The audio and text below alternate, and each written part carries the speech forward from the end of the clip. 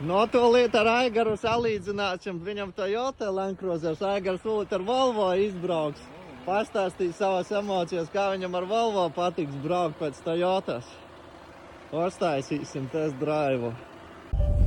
Nolaižam ar Aigaru test drive pie Volvo. No pirmās sajūtas, Aigar, kā pēc Toyotas? Nu labi, cik tu bet?